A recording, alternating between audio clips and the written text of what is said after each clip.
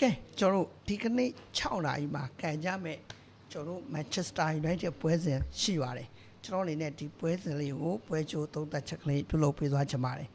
အားလုံးပဲမင်္ဂလာပါနိုင်ဆယ်ပြီးပေါ်လိုက်ကနေကျွန်တော်ညီကိုတွေကိုကြိုဆိုလိုက်ပါတယ်ဒီပွဲလေးကျွန်တော်တို့မပြောခင်ကျွန်တော်မနေ့ကကျွန်တော်ညီကိုတွေအတွက်ကျွန်တော်ရှာဖွေပေးနိုင်ခဲ့တဲ့ပွဲလေးအကြောင်းလေးကိုတစ်ချက်ပြန်ပြီးတော့ဆွေးနွေးသုံးသပ်ချင်ပါတယ်ကျွန်တော်တို့မနေ့ကပြီးခဲ့တဲ့ပွဲတိုင်းတော်တော်များကိုမှန်ကန်ခဲ့ပါတယ်ဒါဆိုတော့ကျွန်တော်ညီကိုတွေအတွက်ဒါတောက်ချာညကတော့တော်တော်လေးအဆင်ပြေချလိမ့်မယ်ထင်တယ်မနေ့ကတောက်ချာညမှာမဟုတ်ပါဘူးအရင်နေ့တွေကလည်းဒါall win တွေရောဒါ3ပွဲပေး3ပွဲစလုံး win တွေရော free way တွေပေါ့နော်ဒါဆိုတော့မနေ့ကလည်းကျွန်တော်ပေးရွေးချယ်ခဲ့တာ3ပွဲရှိရယ်ဒါကြောင့် channel မှာတင်ပေးခဲ့တယ်ဒီမှာတပွဲပြောတယ်ဒီမှာပြောခဲ့တဲ့ပွဲကကျွန်တော်မာဆေးပွဲပေါ့နော်ရခဲ့တဲ့ညီကိုတွေကွန်မန့်မှာတစ်ချက်လောက်မှန်းခဲ့ပေးပါမနေ့ကကျွန်တော် channel မှာ3ပွဲရလဲမာဆေးပါတယ်ပြီးရင်ဆိုစီတဲ့နဲ့ဆိုစီတဲ့ကိုအောင်ဆိုပြီးရွေးချယ်ခဲ့တာဆိုစီတဲ့တပွဲပဲကျွန်တော်ညီကိုတွေဒါတော့ဘက်တစ်ကဒါနောက်ကျတွင်ကိုတွင်းသွားလို့ပေါ့နော်ဒါဆိုတော့ကျွန်တော်ညီကိုတွေအတွက်ကိုအောင်ကတော်တော်လေးကြိုက်တယ်ဆိုပြီးရွေးချယ်ပေးခဲ့တယ်ကျွန်တော်ရဲ့ YouTube channel မှာလည်းတင်တယ် TikTok မှာတော့ဖြတ်ချသွားတဲ့အတွက် TikTok ကမြင်လိုက်တဲ့ညီကိုရတော့ရကြလိမ့်မယ်ပေါ့နော် YouTube channel မှာကျွန်တော်ထည့်ထားတာရှိပါတယ်တွားရောက်ပြီးကြည့်ရှုလို့ရတယ်ပေါ့နော်ဒါကြောင့်ကျွန်တော်ညီကိုတွေ YouTube channel လေးကိုလည်း subscribe လေးလုပ်ထားပေးပါ YouTube channel မှာလည်းဒါ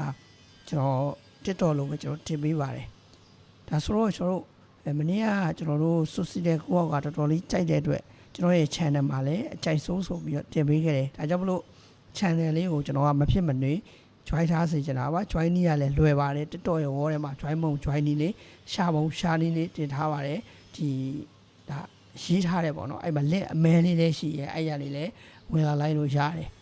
ဒါဆိုရင်ကျွန်တော် special 1ကလည်းမနေ့ကလည်းအောင်မြင်ခဲ့တဲ့ special 1ကကျွန်တော်အချိုက်ဆုံးပွဲနိုင်မှပေးရတဲ့ပွဲစလေးပေါ့နော်ဒီပွဲစရတော့ကျွန်တော် Arsenal ပေါ်ဒီလေးကိုရွေးချယ်ခဲ့တာပဲဖြစ်ပါတယ်ဒါဆိုတော့ကျွန်တော်ညီကိုတွေအတွက်လည်းဂျုံမြတ်ထပ်ပြီးတော့ရှာဖွေပေးနိုင်ခဲ့တယ်ဒါကျွန်တော်စီကိုလာယူတဲ့ညီကိုတွေကတော့ရတာပေါ့နော်ဒါကျွန်တော်ဒီ special 1ယူရတဲ့နံပါတ်ကလည်း TikTok ရဲ့ဒီပြရုံမှာတင်ထားတဲ့လက်ဖက်ကနေပဲဆက်သွယ်ရတာပဲဖြစ်ပါတယ်ဒါဆိုတော့ဒါမနေ့ကတော့ဒါတောက်ဆန်ညမှာတော်တော်လေး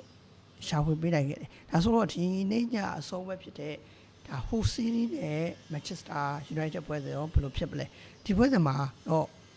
ဒါတက်တဲ့အသင်းဖြစ်တဲ့ဟိုစီးရီးကဒီ3သင်းထဲမှာတော်တော်လေးအားနည်းတဲ့အသင်းဖြစ်ပါတယ်တစ်ဖက်က Man United ကတော့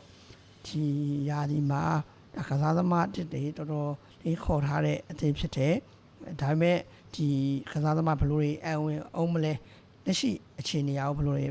ဒါလက်ရှိအာရှရဲ့ကျေးဖွင့်မှုမှာတော့တော်တော်လေးပြည့်ထန်တဲ့ဈေးကိုတော့ဖွင့်ထားတယ်ဒါပေမဲ့ဒီကျေးဖွင့်မှုမှာမှန်ကန်တယ်လို့ကျွန်တော်မြင်တယ်အလုံးသွင်းရေအပြည့်ဆုံးမယ်ဆိုတဲ့ရှုံးမယ်ဆိုတဲ့ဈေးကိုဖွင့်လှစ်ထားတဲ့အတွက်ဒီပွဲစဉ်မှာတော့ကျွန်တော်ကအဝေးကွေးဖြစ်ပေမဲ့ Manchester United ဘက်ကနေမယ်တလုံးကအနေဆုံးကြည့်ရမယ်နောက်တစ်လုံးဂိုးမပြတ်မယ်စောက်ကြည့်ရလိမ့်မယ်ပွဲလို့ကျွန်တော်ကတော့မြင်မိပါတယ်ဒါကြောင့်မလို့ကျွန်တော်ဒီပွဲစဉ်မှာတော့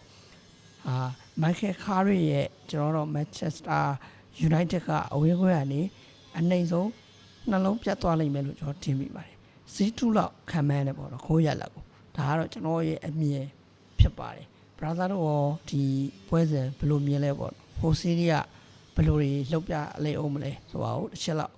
comment မှာမှန်ကန်လို့ရပါတယ်ကျွန်တော်ကတော့ Manchester United ပရိသတ်ပဲလှုပ်သွားမှာဖြစ်ပါတယ်ဒါကျွန်တော်ရဲ့အမြင်လေးပေါ့နော်ဒါနောက်ထပ်ပွဲစဉ်တွေနဲ့ကျွန်တော်ရဲ့ channel မှာတင်ပေးသွားမှာဖြစ်ပါတယ် channel လေးကို join ထားပါ special 1ကိုတော့ကျွန်တော်သုံးသပ်ချက်နဲ့ပို့ပေးသွားမှာဖြစ်လို့စိတ်ဝင်စားရင်လာရောက်ကြည့်လို့ရပါတယ်အားလုံးကျေးဇူးတင်ပါတယ် special 1အနေနဲ့စောင့်နေပါမယ်